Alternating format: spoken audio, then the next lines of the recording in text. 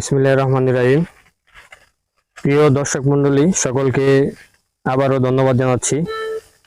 আজকে আমরা উপস্থিত হয়েছি জামালপুর জেলার সদর উপজেলার গোদাশিমলা পূর্বপাড়া গ্রামে। এখানে আমাদের একজন কৃষক ভাই ব্র্যাকসিডের হাইব্রিড ভুট্টা, যুবরাজ ভুট্টা আবাদ করেছেন। সরজমিনে ওনার জমিতে আমরা সরাসরি উপস্থিত হয়েছি ওনার জমিটা পরিদর্শন করার জন্য। চাষি ভাই আমাদের সাথে আছেন। আপনারা ওই জমিটা দেখতে পারতেছেন, মোচাগুলা আমরা ওপেন করেছি।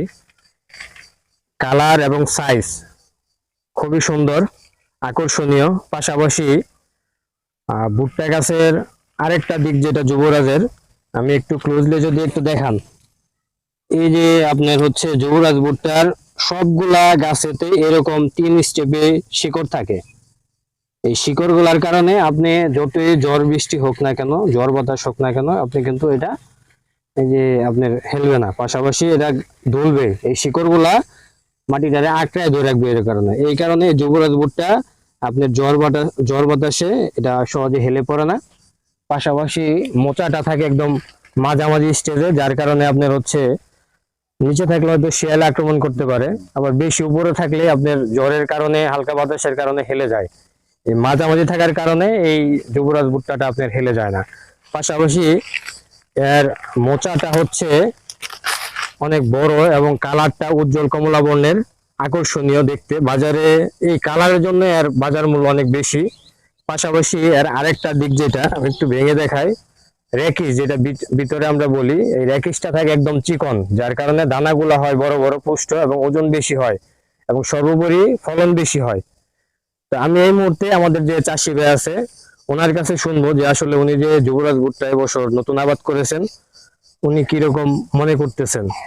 ভাই আসসালামু আলাইকুম। আসসালামু আলাইকুম। ওয়ালাইকুম আসসালাম। আপনার নামটা কি একটু বলেন? নূর ইসলাম। নূর ইসলাম।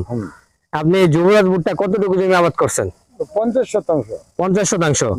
আচ্ছা, এই যে আপনার জমিতে যে আমরা আসলাম, বা আপনিও যে যুবরাজ ভুট্টাটা দেখলেন, আপনার কাছে এই যুবরাজ ভুট্টার কোন কোন জিনিস মানে ভালো লাগতেছে? আমার যুবরাজ ভুট্টার কলা বা ভালো লাগতেছে। আচ্ছা, কালার বেশ সুন্দর লাগছে বেশি। আচ্ছা, আপনার কলা হচ্ছে বড়, এই জন্য ভালো লাগতেছে।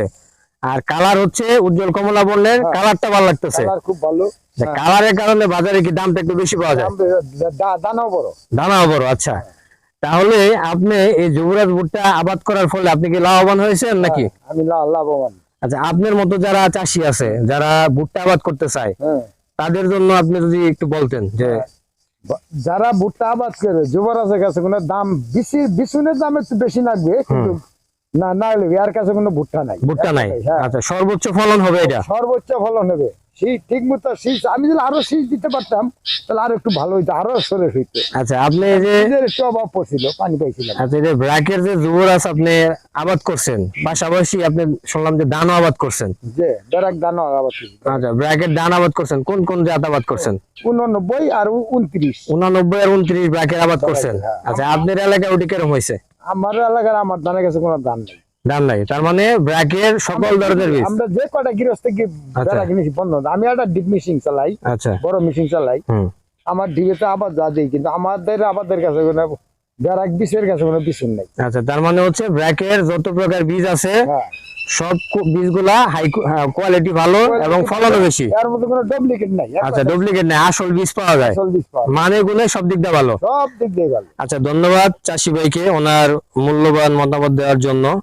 তো আমি এই মুহূর্তে আপনাদেরকে বলবো, যারা ধান না, ভুট্টা না, যে কোনো ফসল, সবজি বলেন, ধান বলেন, ভুট্টা বলেন, আলু বলেন, যে কোনো ফসল যদি আপনি আবাদ করেন, সেই ক্ষেত্রে ব্র্যাকের বীজ আবাদ করবেন।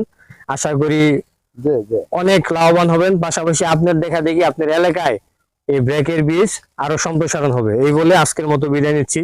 সবাই ভালো থাকবেন। আসসালামু আলাইকুম।